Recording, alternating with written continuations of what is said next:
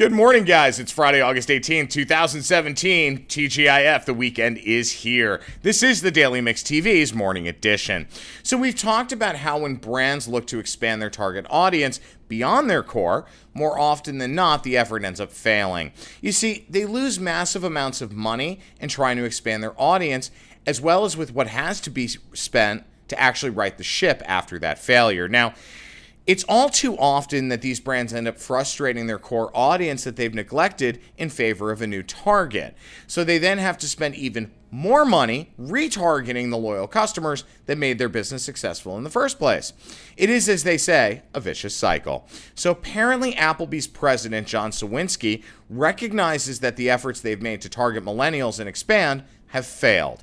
Hence why they're closing over 130 doors and shifting back to their core audience. So Generation X and baby boomers is who really helped to build Applebee's into the behemoth that it is. Now, on their most recent earnings call, Sawinski made this statement. Now let's shift attention to our guests and perhaps one of the brand's strategic missteps. Over the past few years, the brand set out to reposition or reinvent Applebee's as a modern bar and grill in overt pursuit of a more youthful and affluent demographic with a more independent or even sophisticated dining mindset, including a clear pendulum swing towards millennials. In my perspective, this pursuit led to decisions that created confusion among core guests as Applebee's intentionally drifted from its, what I'll call its middle America roots, and its abundant value position. While we certainly hope to extend our reach, we can't alienate boomers or Gen Xers in the process. Much of what we are currently unwinding at the moment is related to this offensive repositioning. Now, for Applebee's, it's all about going back to basics, guys. The very value proposition and family environment that made the chain a success. So as an example, you can be guaranteed they're going to go back to focus on promos like all you can eat and 2 for $20 specials, those kinds of things. They tried the upscale fare route in repositioning to draw what Sawinski was referring to as a more discerning palate. Certainly for millennials whose perception of casual dining is not what it used to be for Gen Xers and baby boomers. Now, I am happy to see them return to their so-called roots. Casual dining is just not a millennial thing at this point, though that may very well change. As we've always said, everything in life is cyclical. Now, when Mercedes-Benz Stadium opens to the public next week on August 26th, fans will have a state-of-the-art experience in many ways.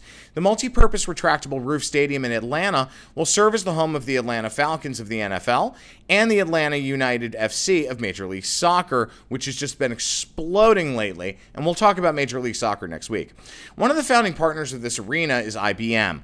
Their aim was to deliver an immersive fan experience, and boy, did they deliver. It is literally one of the most technologically advanced stadiums on the planet.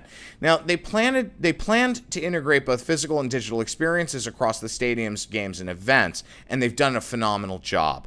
Built on the IBM cloud, the stadium is powered by Internet of Things, so IoT technology, and integrated with 3 unique mobile apps designed by IBM iX to provide personalized fan experiences with near real-time updates. Now, anyone who's ever been to a large arena or stadium knows real-time updates or even near real-time updates is damn near impossible because usually the broadband pipe is way too small. So what I'm really excited about is that IBM designed a fan-friendly Wi-Fi system with enough broadband in the pipe to enable the 71,000 fans at the stadium to simultaneously surf the web, post to social, send selfies, all the while pulling news information and fantasy sports news. Now, the IBM Fan Experience App will connect fans to their team and serve up relevant information to them, such as info on their favorite players, the competing team, and so on.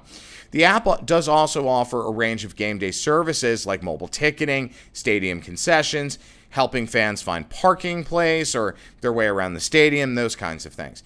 Now, during games, fans can also follow the action live from anywhere with play-by-play updates, near real-time highlights, and timely notifications on score updates, injuries, and other game-related information.